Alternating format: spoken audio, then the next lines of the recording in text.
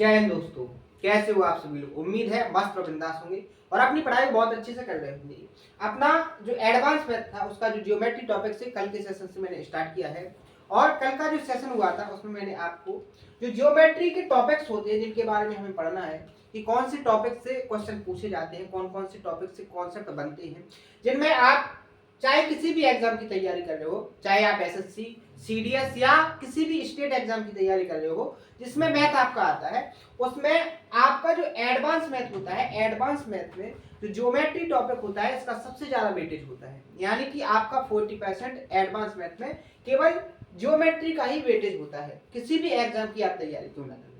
तो कल के सेशन में मैंने आपको सारी चीजों को बहुत अच्छे से डिस्कस किया था। इंट्रोडक्शन के फॉर्म में मैंने सारी चीजों को बहुत अच्छे से बताया था कि ज्योमेट्री में कौन कौन से आपको टॉपिक पढ़ने हैं, कौन कौन से टॉपिक ऐसे हैं जो बहुत ज्यादा इंपॉर्टेंट है, जिनसे ज्यादातर हर एक एग्जाम में क्वेश्चन एक ना एक देखने को मिलता है। ये सारी चीजें मैंने आपको कल के सेशन में बहुत ही डिटेल से, बहुत ही अच्छे तरीके से, बिल्कुल बेसिक से चीजों को समझाने की कोशिश की है। उम्मीद है आप सभी लोगों ने कल का सेशन देखा होगा। उसमें जो भी चीजें मैंने आपको बताई हैं सारी चीजों को प्रॉपर तरीके से नोट्स किया होगा, उसके बाद उसको रिवाइज भी किया होगा और आज के सेशन के लिए उतने ही जोश और जुनून के साथ तैयार होंगे। तो आइए आज का सेशन स्टार्ट करते हैं। जो कल हो गया था उससे आगे की चीजों को समझेंगे और आगे की कॉन्सेप्टों को समझेंगे और उन पर क्वेश्चन कैसे बने हैं उन सारे क्वेश्चनों की प्रैक्टिस भी करेंगे। तो अगर कल का सेशन स्टार्ट करने से पहले अगर मैं रिवीजन के फॉर्म में आपको बताना चाहूं कि मैंने कल क्या क्या चीजें आपको बताई थी तो एक बार उन पर नजर डालते हैं। जैसे कि जब मैंने आपको कल का सेशन स्टार्ट किया था तो इंट्रोडक्शन के फॉर्म में मैंने सारे टॉपिक्स के बारे में बताया था कि 15 से 16 टॉपिक ऐसे होते हैं जो ज्योमेट्री में ही पढ़ने होते हैं और इनसे बहुत सारे कॉन्सेप्ट बनते हैं और हर एक एग्जाम में इससे एक ना एक सवाल जरूर पूछा जाता है। ठीक है, ये सारी चीजें बताई थी। उसके बाद जो ज्योमेट्री का बेसिक होता है उन सारे पॉइंटों पर मैंने डिस्कस किया था। कौन कौन से वो पॉइंट थे एक बार उनको देखते हैं। जैसे कि मैंने आपको सबसे पहले जो डिस्कस किया था ज्योमेट्री में, मैंने आपको पॉइंट के बारे में डिस्कस किया था कि पॉइंट क्या है, यानी कि बिंदु क्या है, बिंदु का कौन सा कॉन्सेप्ट है जो बहुत ही इंपॉर्टेंट होता है, बिंदु की जो डेफिनेशन होती है वो क्या होती है। सारी चीजों को बाइलिंगुअल तरीके से मैंने समझाने की कोशिश की थी, हिंदी में भी और इंग्लिश में भी। इसके बाद जो सेकंड नंबर का कॉन्सेप्ट मैंने आपको करवाया था वो लाइन का करवाया था। इसके बाद तीसरे नंबर पर रे, चौथे नंबर पर मैंने आपको करवाया था लाइन सेगमेंट, पांचवें नंबर पर मैंने आपको करवाया था कोइंसिडेंट लाइन यानी कि संपाती रेखा। छठवें नंबर पर मैंने आपको करवाया था कॉन्करेंट लाइन। इसके बाद सातवें नंबर पर मैंने आपको करवाया था पैरेलल लाइन यानी कि समांतर रेखाएं। इसके बाद आठवें नंबर पर मैंने आपको करवाया था परपेंडिकुलर लाइन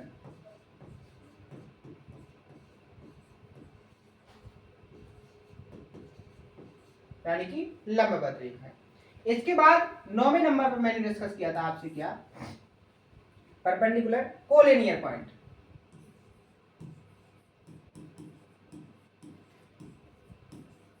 इन सारी चीजों के बारे में कल बहुत ही डिटेल से, बहुत ही बेसिक तरीके से मैंने आपको समझाने की कोशिश की थी। उम्मीद है आप सभी लोगों ने इन सारी चीजों के बारे में समझ के अपना प्रॉपर तरीके से रिवीजन किया होगा।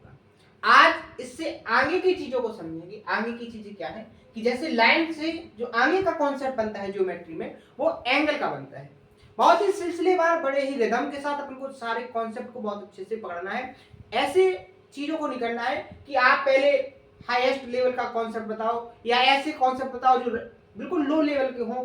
आपको एक रिदम में सारे कॉन्सेप्ट को पहले बिल्कुल बेसिक से फिर थोड़े सिंपल कॉन्सेप्ट, तो उससे थोड़े मॉडरेट के बाद डिफिकल्ट, मतलब एक लय में आपको सिलेबस को कंप्लीट करना है जिससे आपको सारी चीजें बहुत अच्छे से समझ में आएंगी। उम्मीद है जो मैं आपको समझाने की कोशिश कर रहा हूँ वो आपको बहुत अच्छे से पकड़ में आ रही है।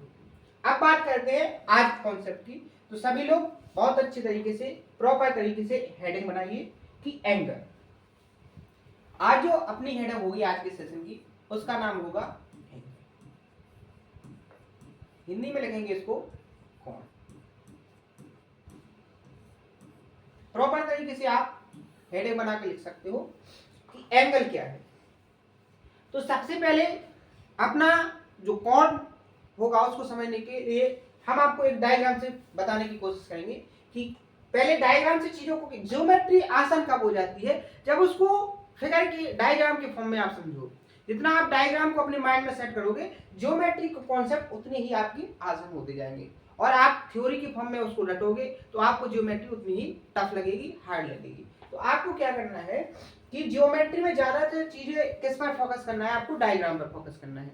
डायग्राम आपको बनाना आ जाए, डायग्राम से चीजों की थ्योरम को प्रॉपर तरीके से समझना आ जाए, तो आप ये मान के चलिए कि आपकी ज्योमेट्री टॉपिक पर बहुत अच्छे से पकड़ हो गई है। आप कॉन्सेप्ट को हर एक तरीके से ऑब्जर्व करने लगोगे कि क्वेश्चन में आपको कॉन्सेप्ट दिखे, आप उसको तुरंत ऑब्जर्व करोगे। बात समझ में आ गई? देखो, तो एंगल की बात करें तो एंगल क्या बनता है कि अगर कोई कॉमन पॉइंट हो, कोई कॉमन पॉइंट, जैसे मान के चलिए एक ही कॉमन पॉइंट मैंने आपके सामने बनाया है, इस कॉमन पॉइंट पर दो लाइन, टू लाइंस ऐसी निकाली जाए कि इनका झुकाव कहां पर हो, इस पॉइंट पर हो। जैसे बात करें कैसे, मैंने आपके सामने एक लाइन एक खींची, इसका झुकाव कहां पर हो गया, इस पॉइंट पर। इसी तरीके से दूसरी लाइन खींची, ये भी इस तरीके से, इसका भी झुकाव कहां हो गया, इसी पॉइंट पर। तो ये जो झुकाव इसका बना है, ये आपका क्या हो जाएगा, एंगल। मान के चलिए जो कॉमन पॉइंट है इसका नाम क्या है, ओ। इसका नाम मान के चलिए लाइन का हो गया ओ ए, ये आपकी लाइन हो गई ओ बी। तो आपका जो एंगल बन जाएगा वो क्या बन जाएगा, एंगल कैसे लिखते हैं, लिखने का तरीका क्या होता है, एक एंगल का साइन हो गया यानी कि चिन्ह, कैसे लिखोगे, ए ओ बी, ए ओ बी, एक तरीका। दूसरा तरीका क्या है इसको लिखने का,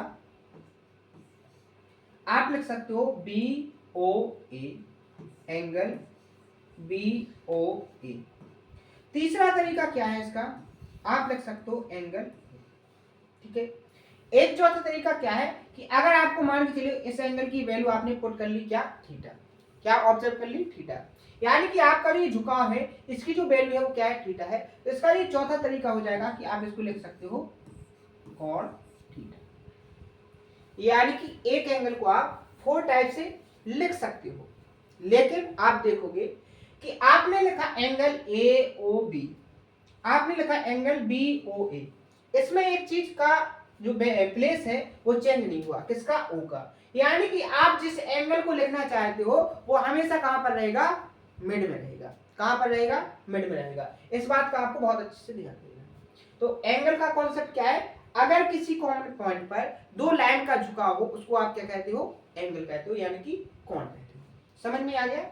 आप समझेंगे एंगल की टाइप्स, किसके बारे में समझेंगे, एंगल के टाइप्स, कौन कौन से टाइप्स होते हैं, कितने टाइप्स के एंगल होते हैं। क्योंकि देखो अभी जो एंगल बताया है, एंगल छोटा भी हो सकता है, एंगल बड़ा भी हो सकता है, ठीक है। तो दोनों तरीके से आप देखोगे कि एंगल की अगर साइड में डिफरेंट हो रहा है तो उसके नाम में भी क्या होगा, डिफरेंट होगा कि नहीं होगा, बिल्कुल होगा। तो उसी साइज के हिसाब से कैटेगराइज किया है। कैसे, तो आप हेडिंग बना लीजिए, टाइप्स ऑफ एंगल, यानी कि कोणों के प्रकार। देखो एक बार मैं आपको बहुत अच्छे से समझा देना चाहता हूं कि देखो मैं चीजों को हर एक तरीके से समझाने की कोशिश करता हूं, हर एक तरीके से हर एक चीज को कंप्लीट करवाने की कोशिश करूंगा। तो इसमें आपको क्या करना, थोड़ी स्पीड से हर चीज को समझना है। क्योंकि अगर मैंने आपको स्पीड से भी नहीं पढ़ाया और सारी चीजों को समझाने की कोशिश की तो इसमें सिलेबस कंप्लीट करने में थोड़ा टाइम ज्यादा लगेगा। और आप ये मानते हो कि टाइम ज्यादा लगेगा तो आपका जो एग्जाम का टारगेट है वो क्या हो जाएगा, आप टारगेट से बाहर हो जाओगे। तो आपको कोशिश करनी है कि चीजों को जल्दी जल्दी समझने की कोशिश, थोड़ी जल्दी, ज्यादा जल्दी नहीं, थोड़ी जल्दी समझने की कोशिश करना है। और आपको सारी चीजों को पढ़ना है, चीजों को छोड़ना नहीं है। क्योंकि अभी तक आप सिलेक्शन से बाहर हो, किस कारण से हो, कि आपने चीजों को छोड़ा है और आपने जल्दी सिलेबस को कवर किया है। लेकिन अपना तरीका अब क्या होने वाला है, सिलेबस को भी कंप्लीट करना है और थोड़ा जल्दी पढ़ना है, चीजों को जल्दी ऑब्जर्व करना है। वो कब, जब आप पूरे फोकस के साथ हर एक कॉन्सेप्ट की लैंग्वेज के शब्दों पर ध्यान दोगे, हर एक वर्ड पर ध्यान दोगे, तो आपको सारी चीजें ऑटोमेटिकली क्या होने लगेंगी, समझ में आने लगेंगी। आई बात समझ में? बिल्कुल आ गई। तो अगर एंगल्स के टाइप्स की बात करें तो सबसे पहले जो टाइप बनता है वो क्या बनता है आपका, एक्यूट एंगल। क्या बनता है आपका, एक्यूट एंगल। हिंदी में लिखोगे आप इसको क्या,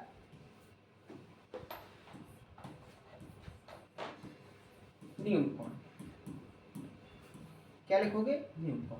न्यून माने कम, एंगल माने कोण, यानी कि छोटा कोण, कम कोण। किससे कम, वो चीज समझता है। जैसे यहां डायग्राम बनाऊं, देखो आप, ये बन गया आपका एंगल। क्या बन गया, एंगल। ये आपका क्या हो गया, एंगल। ये यहां पर ओ हो गया, ये यहां पर ए हो गया, और ये यहां पर क्या हो गया, बी हो गया।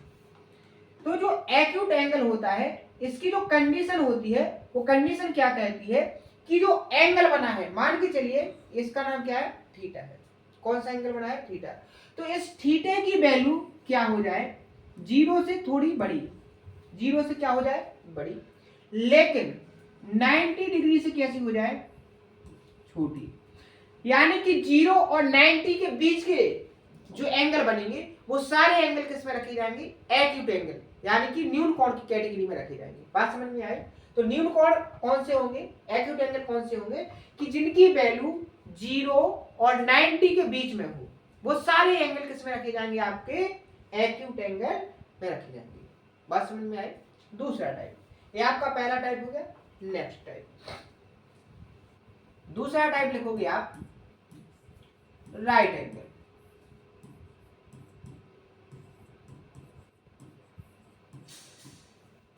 यहां लिखोगे क्या, समकोण। क्या लिखोगे, समकोण। अगर बात करें, बात क्या करें, डायग्राम से समझो। अगर एंगल इस तरीके से हो जाए,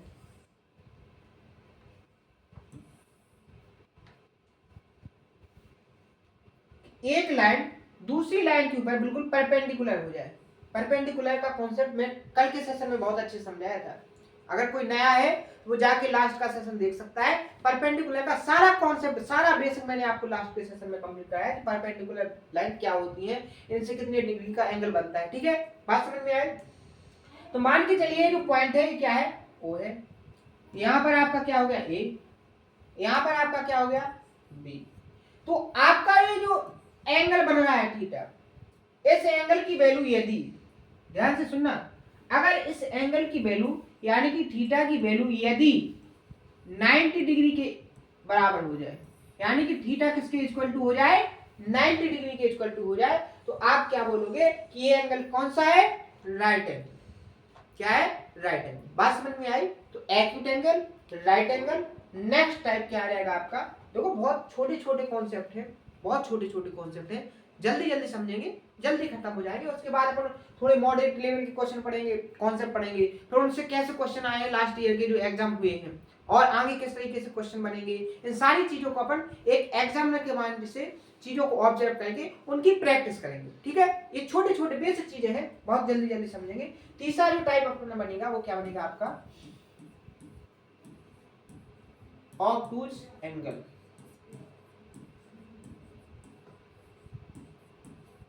यानी कि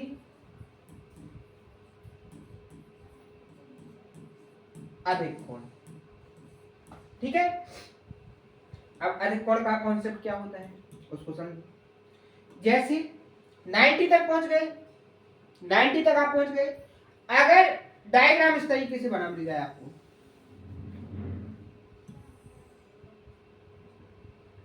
ठीक है, तो अब यहां जो आपका एंगल बन रहा है, ये वाला जो एंगल बन रहा, इस एंगल की जो वैल्यू है वो 90 से कैसी है, ज्यादा। कैसी है, ज्यादा। यानी कि आपका जो ये थीटा एंगल बन रहा, इस थीटा एंगल की जो वैल्यू है वो क्या है, 90 से ज्यादा, लेकिन कैसी है, 180 से कम। कंडीशन क्या बन गई कि अगर एक ऐसा एंगल क्रिएट हो, एक ऐसा फिगर दिखाई दे आपको एंगल में कि उसका जो वैल्यू है वो 90 डिग्री से ज्यादा, कैसा डायग्राम हो जिसकी 90 डिग्री से ज्यादा हो वैल्यू, और 180 यानी कि 180 से कम हो, तो वो डायग्राम किसका होगा, वो एंगल कौन सा होगा आपका, ऑब्टूज एंगल। क्या हो जाएगा आपका, अधिक कोण। बात समझ में आए। तो अपने 3 एंगल अभी तक हो गए हैं, एक्यूट एंगल, राइट एंगल, और तीसरा जो अपना बन गया क्या, ऑब्टूज एंगल। इसके बाद नेक्स्ट टाइप, अगली हेडिंग डालोगे आप कौन सा, स्ट्रेट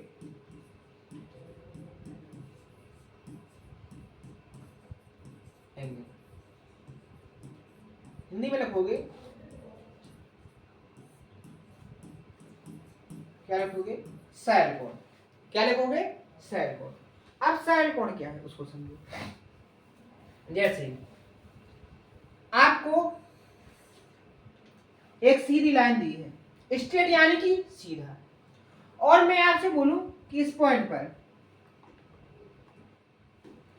इस वाले पॉइंट पर जो एंगल बना है वो कितना बन रहा है, यानी कि आपका ये जो एंगल बन रहा है ये कितने डिग्री का है, कितने डिग्री का एंगल बना है।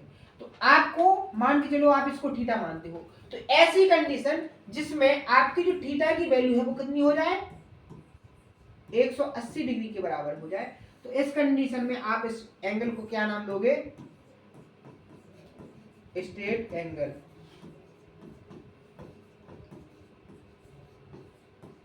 यानी कि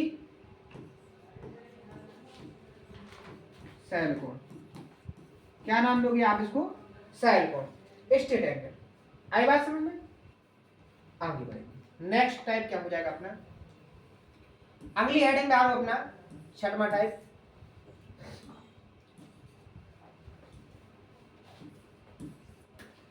बहुत सारी ऐसी चीजें होती हैं कि अगर आप उन चीजों को छोड़ दोगे, और जब मैं आपको थोड़े मॉडरेट लेवल के जब कॉन्सेप्ट पढ़ाऊंगा और उनमें यूज करूंगा, तो आपको बहुत कठिनाई होगी उन चीजों को समझने के लिए। इसलिए मैं सारी चीजों को अभी समझाने की कोशिश कर रहा हूँ। आपको बताएंगे कि देखो इन चीजों को अगर पहले नहीं समझते आप, तो यहाँ इस कॉन्सेप्ट में यूज करने पर आपको कितनी प्रॉब्लम होती है उन सारी चीजों को ऑब्जर्व करने में। तो आपको ये नहीं सोचना है कि ये शायद छोटी छोटी चीजें मुझे आती हैं, आप इन चीजों को स्किप करने की कोशिश मत करना।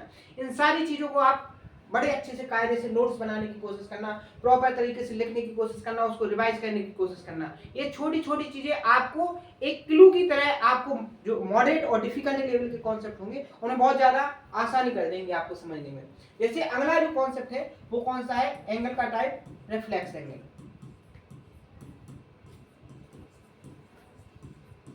ठीक है, कौन सा एंगल, रिफ्लेक्स एंगल, यानी कि परिवर्ती। रिफ्लेक्स माने परिवर्ती कोण। बात करेंगे डायग्राम्स की, तो डायग्राम कैसे बनेगा, देखो आपकी ये सीधी लाइन हो गई, इस पॉइंट पे एंगल किस तरीके से बन जाए, इस तरीके से। ठीक है, आपका ए वाला कोण, ये बाहर वाला कोण मान के चलिए थीटा है, इसको आप क्या नाम दोगे, रिफ्लेक्स एंगल। क्या नाम दोगे, रिफ्लेक्स एंगल। अगर थीटा की वैल्यू क्या हो जाए, 180 से ज्यादा और 360 से कम, तो इस कंडीशन में जो एंगल बनेगा वो क्या होगा आपका, रिफ्लेक्स एंगल। आई बात समझ में, रिफ्लेक्स एंगल हो गया। आगे बढ़ेंगे, अगला टाइप क्या हो जाएगा एंगल का, कंप्लीट एंगल। क्या हो जाएगा, कंप्लीट एंगल, या हिंदी में लिखोगे इसको संपूर्ण कोण। ठीक है, डायग्राम देखोगे, अगर मैं आपके सामने एक पॉइंट बनाऊं, ये जो पॉइंट बना है, ठीक है, इस पॉइंट पर जो एंगल बन रहा है वो कितने डिग्री का, तो ये पूरा हो जाएगा, क्यों हो जाएगा, और ये पूरा एंगल क्या होगा आपका 360। यानी कि आपका जो थीटा है, अगर थीटा की वैल्यू किसके बराबर हो जाए, 360 के इक्वल टू हो जाए, तो वो एंगल क्या हो जाएगा आपका, कंप्लीट एंगल। क्या हो जाएगा आपका, कंप्लीट एंगल। तो अभी तक कितने टाइप हो गए, सबसे पहले मैंने आपको क्या बताया, एक्यूट एंगल, उसके बाद मैंने बताया राइट एंगल, उसके बाद मैंने आपको बताया ऑब्टूज एंगल, उसके बाद मैंने आपको बताया स्ट्रेट एंगल, स्ट्रेट के बाद मैंने आपको बताया रिफ्लेक्स एंगल, रिफ्लेक्स एंगल के बाद मैंने आपको बताया क्या, कंप्लीट एंगल। ये तो हो गए आपके बिल्कुल बेसिक एंगल के टाइप। आई बात समझ में। आप चलते हैं जिन पर क्वेश्चन क्रिएट होते हैं, जिन टाइप्स के एंगल पर क्वेश्चन क्रिएट होते हैं, आप बात करते हैं उनकी। ठीक है, अगर उनकी बात करें तो वो एंगल कौन से होते हैं, तो टाइप लिखिए आप,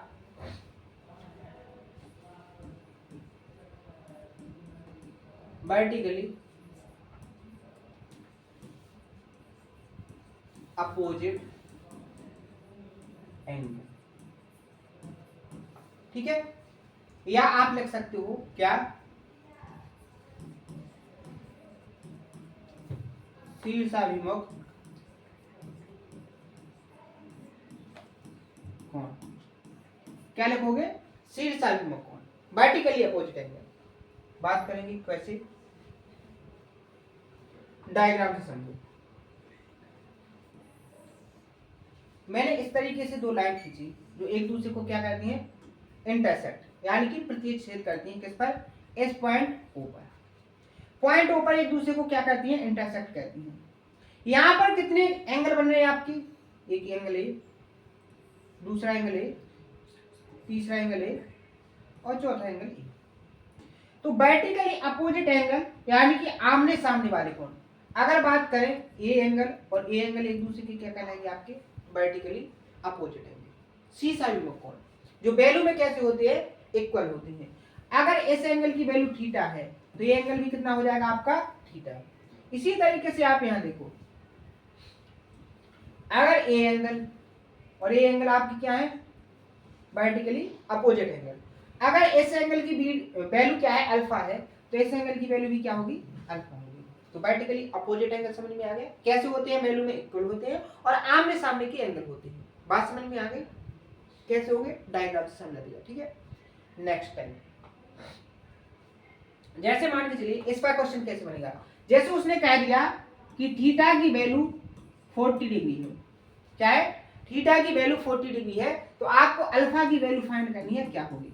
तो आप पता कहां दिमाग लगाओगे, आप सीधा बोलोगे, अगर ए आपका क्या बनना है, स्ट्रेट लाइन, अगर थीटा आपका 40 बन गया तो आपका अल्फा की वैल्यू क्या हो जाएगी, 180 माइनस 40, क्या निकलेगी, अल्फा इक्वल टू क्या हो जाएगा, 140, यानी कि 140 डिग्री। आई बात समझ में, कैसे क्वेश्चन बनेंगे, इस तरीके से क्वेश्चन बनेंगे। नेक्स्ट टाइम अब बात करेंगे हम किसकी, अभी तक हमने पढ़ लिया क्या, एंगल के बारे में। किसके बारे में, एंगल के बारे में। अब एंगल से ही रिलेटेड कॉन्सेप्ट समझो, एंगल बाइसेक्टर, एंगल बाइसेक्टर यानी कि कोण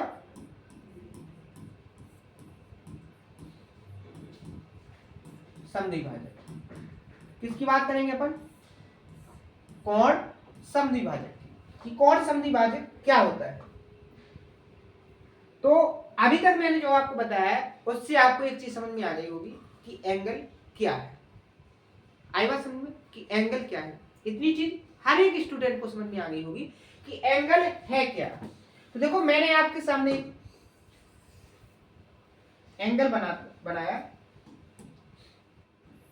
इस तरीके से, मैंने आपके सामने एक एंगल बनाया, ठीक है, ये वाला ए ओ और बी, एक एंगल बनाया और इस एंगल को मैंने डिवाइड किया। क्या किया, डिवाइड। कैसे, जैसे वर्टेक्स ओ से मैंने एक लाइन इस तरीके से खींची कि वो इस जो एंगल बन रहा था कौन सा, कोण ए ओ बी, इसको क्या कर दिया उसने, डिवाइड। कैसे कि इसको दो टुकड़ों में बराबर डिवाइड कर दिया। अगर आपका ये नीचे थीटा है तो ऊपर भी क्या है, थीटा है। तो आपकी जो ओ, मान के चलो ये क्या है, डी, जो ओडी लाइन है वो एंगल ए ओ बी की क्या है, एंगल बाइसेक्टर। क्या है, एंगल बाइसेक्टर। कोण समद्विभाजक लाइन है, ओडी आपकी क्या हो जाएगी, ये कोण समद्विभाजक लाइन हो जाएगी। और आपका कोण एओबी दो स्क्वायर बराबर टुकड़ों में डिवाइड हो गया, किसमें, थीटा थीटा में। अगर ये कंप्लीट एंगल कितना था, 2 थीटा था, तो इस ओडी लाइन ने आपके एंगल 2 थीटा को थीटा थीटा में डिवाइड कर दिया। और ये जो ओडी लाइन होगी, ये ओडी आपकी क्या हो जाएगी, कोण एओबी की एंगल बाइसेक्टर, क्या हो जाएगी, कोण AOB की एंगल बाइसेक्टर लाइन हो जाएगी। बात समझ में आई, ये क्या हो जाएगा आपका एंगल बाइसेक्टर, कोण समद्विभाजक। एक ऐसी लाइन जो क्या कर दे, कोण को दो बराबर भागों में डिवाइड कर दे, वो आपकी क्या हो जाएगी, कोण समद्विभाजक। वो क्या हो जाएगा आपका कोण समद्विभाजक, यानी कि OD आपका क्या बन जाएगा यहाँ पर, कोण समद्विभाजक। बात समझ में आई। देखो कितनी छोटी छोटी चीजों को हर एक जगह पर मैं आपको हर एक तरीके से हर एक चीज को डिनोट करके समझाने की कोशिश कर रहा हूँ। उम्मीद है सारी चीजें बहुत अच्छे से प्रॉपर तरीके से आपको समझ में आ रही होंगी। आई बात समझ में। अब चलते हैं नेक्स्ट कॉन्सेप्ट पर। देखो बहुत सारे ऐसे स्टूडेंट हुए जिनको जो चीजें मैं आपको समझाने की कोशिश कर रहा वो अभी आपको छोटी लग रही होंगी, लेकिन देखो आपको उन स्टूडेंटों को, उन दोस्तों को भी लेके चल रहा है अपने साथ, जिन्होंने 10 के बाद कोई मैथ की बुक नहीं टच की है, उनको भी अपने सपनों को साकार करना है, उनको भी सिलेक्शन लेना है, तो उनका भी सिलेबस बहुत अच्छे से मजबूत होना चाहिए। वो मजबूत कैसा होगा, जो चीजें उनने छोड़ दी हैं, जो चीजें उनने नहीं पढ़ी हैं, उन सारी चीजों को उनको पढ़ाया जाए, उन सारी चीजों को कंप्लीट करवाया जाए। तो आप सभी को थोड़ा मैनेज करके चल रहा है, जिनको अभी ये छोटी छोटी चीजें आ रही हैं, क्योंकि उन लोगों को भी सिलेबस करवाना बहुत जरूरी है, क्योंकि उनके भी कुछ सपने हैं, उनके भी कुछ उम्मीदें हैं, उनको भी अपने सपनों को पूरा करना है। तो उनमें अपनी जो हिस्सेदारी निभा सकते हैं कैसे, कि अपन थोड़ा पेशेंस रखेंगे, उन लोगों को डिमोटिवेट नहीं करेंगे, उन सारी चीजों को उनको समझने के लिए पूरा मौका देंगे। आपको भी मौका मिलेगा सीखने को, लेकिन थोड़ा अभी जो उनका बेसिक है वो भी उनका कंप्लीट हो जाना चाहिए। बात समझ में आई, ठीक है। सारी चीजों को अपने को साथ में लेके चलना है। आपको एक यूनिट के फॉर्म में काम करना है, तो आपको हर एक चीज बहुत अच्छे से समझ में आएगी और आपको सारी चीजें इस तरीके से माइंड में बैठ जाएंगी कि आप पता ही नहीं कर पाओगे कब मुझे ये सारी चीजें आपके माइंड में आ गई और कैसे आप स्पीड से सारे क्वेश्चन के जवाब बहुत अच्छे से प्रॉपर तरीके से देने लगे टाइम के अंदर, ठीक है। दो कॉन्सेप्ट और समझेंगे आज के सेशन में, फिर इसके बाद आज का सेशन ओवर करेंगे, ठीक है। ज्यादा नहीं, अभी जो रिदम है, अभी अपना जो न्यू है वो थोड़ी धीरे धीरे चलेगी, लेकिन बाद में अपनी 1 से 1.5 घंटे की क्लास होगी डेली, ठीक है। बहुत सारे क्वेश्चन को कंप्लीट किया करेंगे, बहुत सारे कॉन्सेप्ट को कंप्लीट किया करेंगे, जिससे क्या है अपना सिलेबस बहुत जल्दी कंप्लीट हो जाए, ठीक है। तो अपना जो नेक्स्ट कॉन्सेप्ट है वो क्या है, कॉम्प्लीमेंट्री एंगल। इससे कॉन्सेप्ट से क्या बनते हैं, क्वेश्चन बनते हैं। कैसे बनते हैं, इसको हिंदी में लिखेंगे पूरा कोण, ठीक है। हेडिंग बना ली, डायग्राम देखो, देखो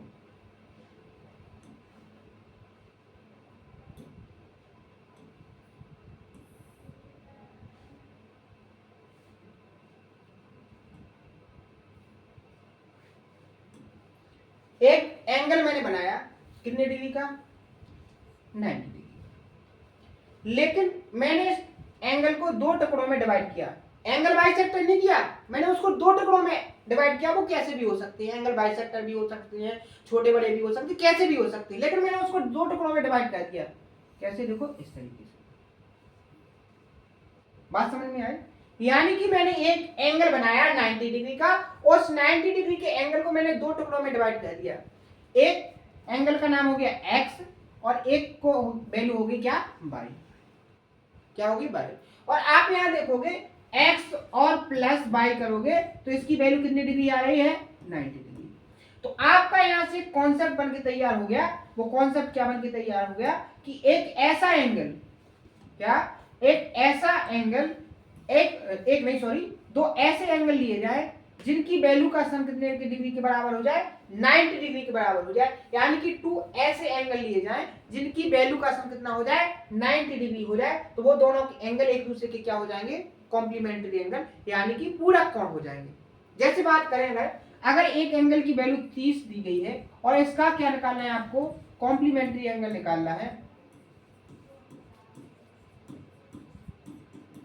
क्या निकालना है, कॉम्प्लीमेंट्री एंगल निकालना है। तो इसको किससे माइनस करोगे, 90 माइनस 30 कर दोगे तो आपका क्या आंसर आ जाएगा, 60। यानी कि आपका जो कॉम्प्लीमेंट्री एंगल हो जाएगा वो क्या हो जाएगा, आपका 60 डिग्री। आई बात समझ में। अगर आप किसी एंगल का कॉम्प्लीमेंट्री एंगल निकालना चाहते हो तो आपको किससे माइनस करना पड़ेगा, 90 से। कैसे, अगर आप x का कॉम्प्लीमेंट्री निकालना चाहते हो तो क्या करना पड़ेगा, x इक्वल टू क्या हो जाएगा, 90 माइनस y। अगर आप y का कॉम्प्लीमेंट्री निकालना चाहते हो तो क्या हो जाएगा, 90 माइनस x। आई बात समझ में, दोनों कंडीशन में आप किससे माइनस करोगे, 90 से माइनस करोगे। तो कॉम्प्लीमेंट्री यानी कि पूरा कोण आपके क्या होंगे, ऐसे दो एंगल जिनकी वैल्यू का सम क्या हो जाए आपका 90 डिग्री हो जाए, तो वो एंगल आपके क्या हो जाएंगे, कॉम्प्लीमेंट्री यानी कि पूरा कोण। आई बात समझ में, उम्मीद है बहुत अच्छे समझ में आ गई होगी। एक और लास्ट कॉन्सेप्ट, उसके बाद सेशन को फिनिश करेंगे। क्या लिखेंगे, सप्लीमेंट्री एंगल।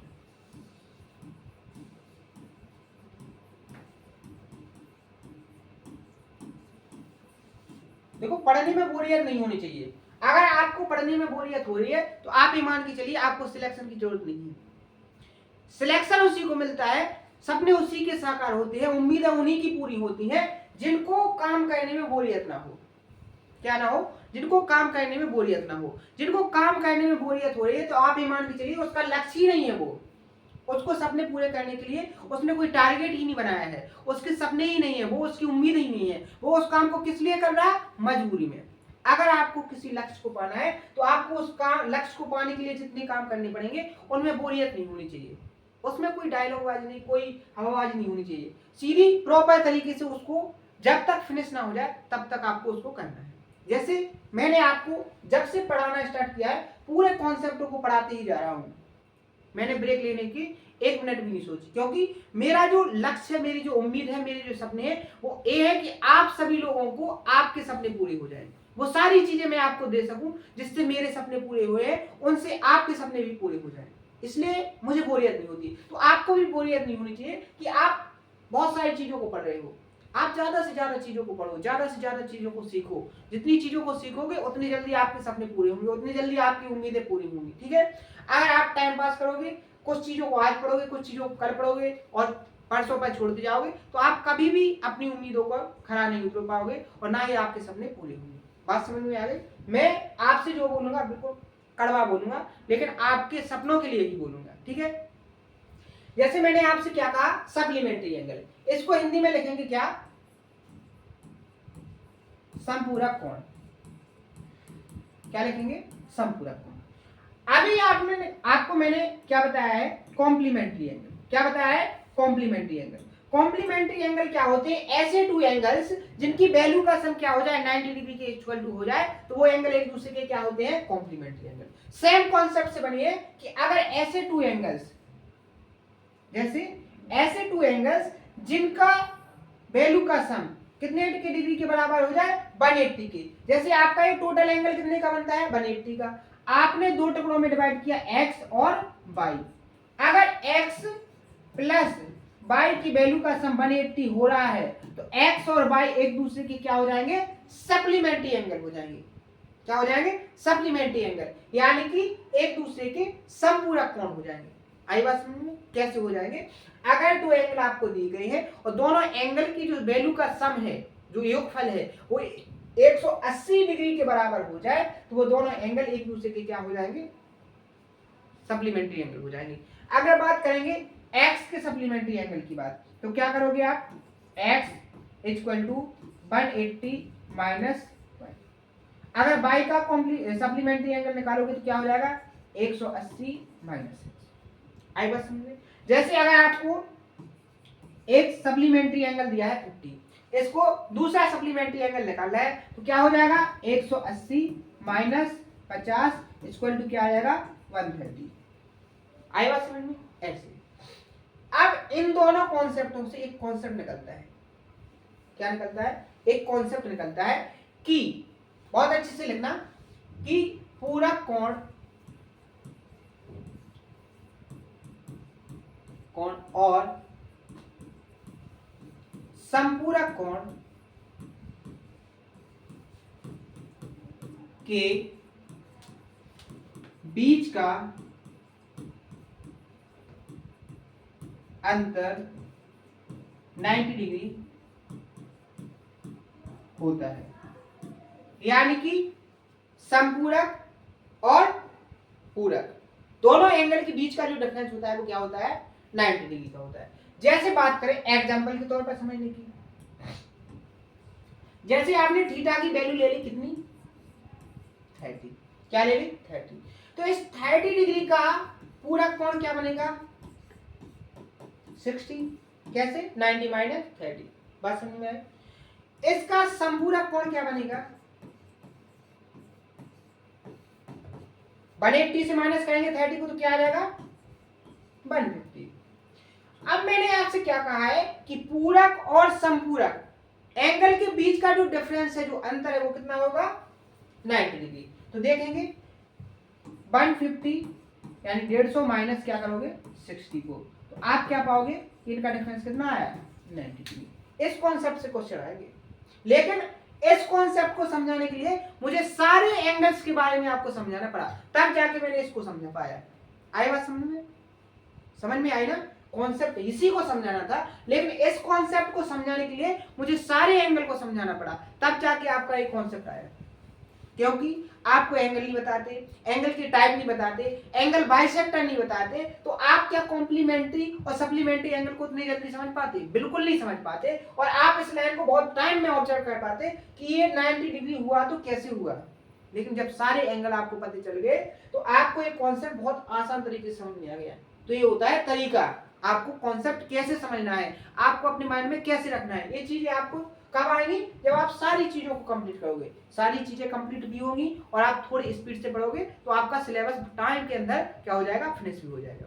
एक कॉन्सेप्ट और देखो, इसी से रिलेटेड है। क्या है चीजें, देखो जैसे जैसे आप पढ़ोगे, जितने इंटरेस्ट के साथ पढ़ोगे वो वैसे ही चीजें क्या होती हैं, आती जाती हैं।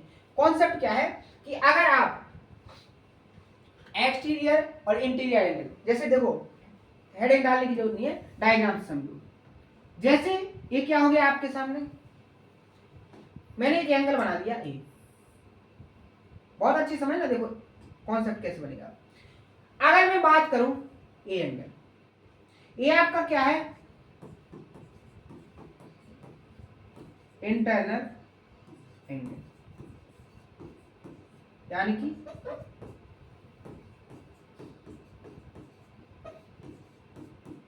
आंतरिक कोण। क्या हो गया आपका, आंतरिक कोण। बात करेंगे इसकी, ये आपका क्या हो गया इस एंगल के लिए, एक्सटर्नल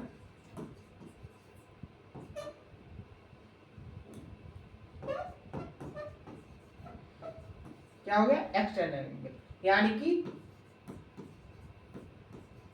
बाहर कोण। आई बात समझ। तो यहां से कॉन्सेप्ट बनता है, वो कॉन्सेप्ट क्या है उसको देखो। मैंने एंगल बाइसेक्टर तो आपको बता दिया, कॉन्सेप्ट क्या बनता है, अगर आप इंटीरियर एंगल बाइसेक्टर, क्या इंटीरियर एंगल बाइसेक्टर और कौन सा एक्सटीरियर एंगल बाइसेक्टर खींचते हो, आपने क्या खींच दिया, इंटीरियर एंगल बाइसेक्टर और एक्सटीरियर एंगल बाइसेक्टर, यानी कि आंतरिक कोण समद्विभाजक और बाह्य कोण समद्विभाजक अगर आप खींचते हो तो आपका जो इंटीरियर एंगल बाइसेक्टर है और एक्सटीरियर एंगल बाइसेक्टर, इन दोनों के बीच का जो कोण बनता है वो 90 डिग्री का होता है। कितने डिग्री का होता है, 90 डिग्री का होता है। कैसे, फॉर्म कॉन्सेप्ट के प्रूफ के फॉर्म में समझो इसको, देखो कैसे होगा। अगर ये 2 थीटा था, कौन सा, इंटीरियर एंगल, तो ये क्या हो जाएगा, ए भी थीटा और ए भी थीटा, क्योंकि ये क्या है आपका एंगल बाइसेक्टर, क्या है, एंगल बाइसेक्टर। अगर मान के चलो ये एंगल बाइसेक्टर हो गया तो ये आपका ये एंगल क्या हो गया, अल्फा, तो ये भी एंगल आपका क्या हो जाएगा, अल्फा हो जाएगा कि नहीं हो जाएगा। आप यहां देखोगे alpha alpha 2 alpha plus theta और थीटा क्या हो जाएगा, 2 थीटा, किसके बराबर हो जाएगा, 180 के बराबर। आप यहां से 2 कॉमन लोगे तो अल्फा प्लस थीटा की वैल्यू क्या हो जाएगी, 180/2 यानी कि 90 डिग्री। यानी कि जो अल्फा प्लस बीटा की अल्फा प्लस थीटा की जो वैल्यू आई वो क्या निकल के आ गई यहां पर, 90 डिग्री। कितनी आ गई, 90 डिग्री। तो यही तो मैं आपसे बोल रहा था कि ये जो अल्फा है और जो थीटा है इसका जो सम होगा वो कितने डिग्री के बराबर होगा, 90 डिग्री के। यानी कि एक्सटीरियर एंगल बाइसेक्टर और इंटीरियर एंगल बाइसेक्टर के बीच का जो एंगल बनता है वो कितने डिग्री का बनता है? 90 डिग्री का बनता है। बात समझ में आई? कॉन्सेप्ट समझ में आया?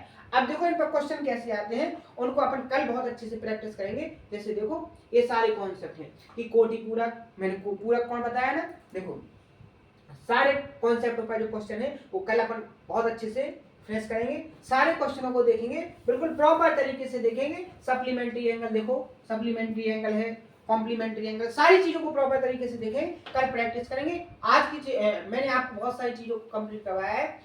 कंप्लीट क्या करवाया है वो आपको प्रॉपर तरीके से नोट्स बनाने हैं। नोट्स बनाने के बाद आपको क्या करना है, उनका रिवीजन करना है। रिवीजन करने के बाद उन पर थोड़ी प्रैक्टिस करनी है, खुद से एग्जाम को खोजना है, खुद से प्रैक्टिस करनी है। बहुत सारी चीजें कंप्लीट हो जाएंगी आपको। जैसे मैंने आपको आज के सेशन में क्या बताया था कि मैंने इसके लास्ट के सेशन में जो चीजें बताई थी, जो डिस्कस की थी, उन सारी चीजों को एक पॉइंट ऑफ व्यू से मैंने आपको कंप्लीट करवाया था। ये सारी चीजें अभी तक अपन कंप्लीट कर चुके हैं। उसके बाद मैंने आपको एंगल का कॉन्सेप्ट समझाया, एंगल के सारे टाइप समझाए कि कौन कौन से टाइप्स हैं।